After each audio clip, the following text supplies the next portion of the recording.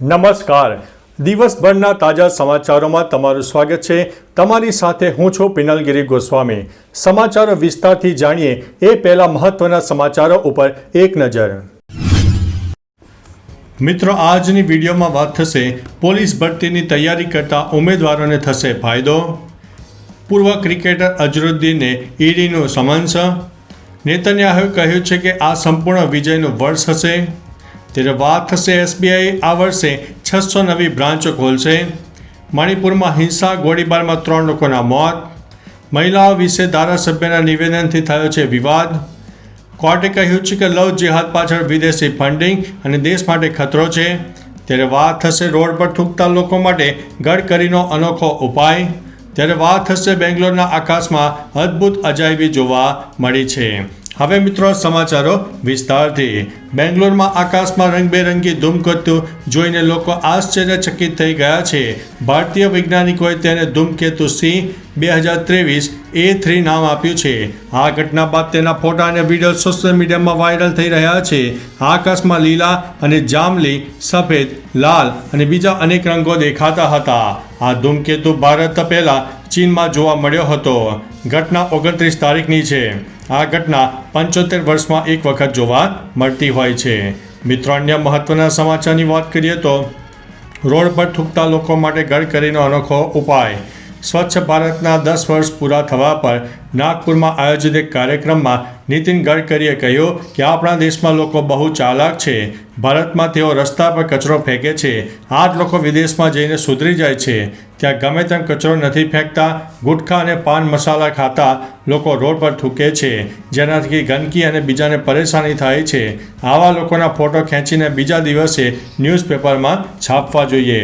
મિત્રો, અન્ય મહત્વના સમાચારની વાત કરીએ તો લવ જેહાદ કેસમાં બરેલીની એક કોર્ટે મોટી ટિપ્પણી કરી છે.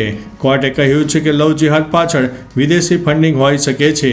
ભારતને અસ્થિર કરવાનું ષડયંત્ર અને દેશ માટે ખતરો છે. ચુકાદામાં લખ્યું છે કે હિન્દુ છોકરીઓને ગેરકાયદેસર ધર્મ પરિવર્તન માટે પ્રેમમાં ફસાવવામાં આવે છે. મોહમ્મદ અલીમને ખોટી ઓળખ આપીને વિદ્યાર્થીની પર બળાત્કાર અને ધમકી આપવા બદલ આજીવન કારાવાસની સજા આપતા કોર્ટે આ ટિપ્પણી કરી હતી. મિત્રો, અન્ય મહત્વના સમાચારની વાત કરીએ તો મહારાષ્ટ્રમાં અજીત પવારના સમર્થક એક અપક્ષ ધારાસભ્યએ મહિલાઓને લઈને વિવાદાસ્પદ ટિપ્પણી કરી છે. વરુણ મોરસીના અપક્ષ ધારાસભ્ય દેવેન્દ્ર ભુયારે જાહેરમાં કહ્યું હતું કે એક સુંદર છોકરી ખેડૂતના પુત્ર સાથે લગ્ન કરવા નથી માગતી. તેના કારણે ખેડૂતના દીકરીને ત્રીજા કક્ષની કન્યા સાથે સમાધાન કરવું પડે છે. આ વાતને હવે તેનો વિડીયો વાયરલ થયો છે. નિવેદન બાદ રાજકીય વિવાદ પણ ઊભો થયો છે. મિત્રો, અન્ય મહત્વના સમાચારની વાત કરીએ તો મણિપુરના ઉખરુલ જિલ્લામાં બુધવારે નાગા સમુદાયના 2 પક્ષો વચ્ચે ગોળીબાર થયો હતો, જેમાં 3 લોકોના મોત પણ થયા છે તો 10થી વધુ લોકો ઘાયલ થયા છે. આગામી આદેશ સુધી લોકોને ઘરની બહાર નીકળવાની પોલીસે મનાઈ કરી છે. બંને પક્ષો નાગા સમુદાયના છે, પરંતુ હુનકુન અને હાંગપુંગ નામના 2 અલગ ગામના છે. સ્વચ્છતા અભિયાનના ભાગરૂપે વિવાદિત જમીનની સફાઈને લઈને હિંસા ફાટી નીકળી હતી. મિત્રો, અન્ય મહત્વના સમાચારની વાત કરીએ તો દેશની સૌથી મોટી બેંક એસબીઆઈએ આ નાણાકીય વર્ષમાં તેના નેટવર્કને વધુ વિસ્તૃત કરવાની જાહેરાત કરી છે. સ્ટેટ બેંક ઓફ ઇન્ડિયા 2024-25માં લગભગ 600 નવી શાખાઓ ખોલવાની તૈયારી કરી રહી છે. આમાં મોટી સંખ્યામાં ગ્રામીણ શાખાઓ પણ હશે.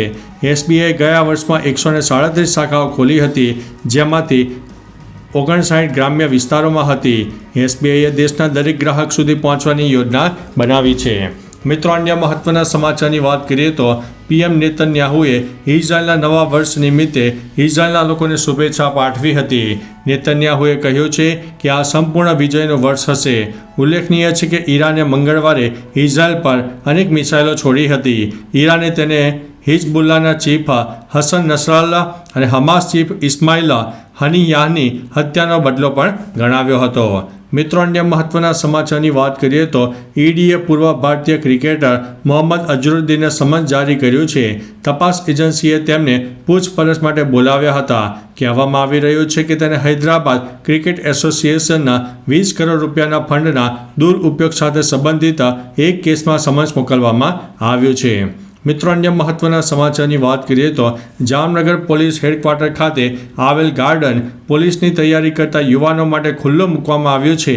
આરપીઆઈ જીતેન્દ્રસિંહે જણાવ્યું છે કે ગ્રાઉન્ડમાં માત્ર રનિંગ જ નહીં પરંતુ ફોરેસ્ટની તૈયારી કરતા યુવાઓ માટે ઊંચી કૂદ, લાંબી કૂદ અને એસી સહિતની સુવિધાથી સજ્જ લાઇબ્રેરી હોલ યુવાનો માટે ખુલ્લી મુકાય છે, જેનો એક પણ રૂપિયો ચાર્જ વગર પોલીસે યુવાનોને ઉપયોગ માટે ખુલ્લું મૂકી દીધું છે.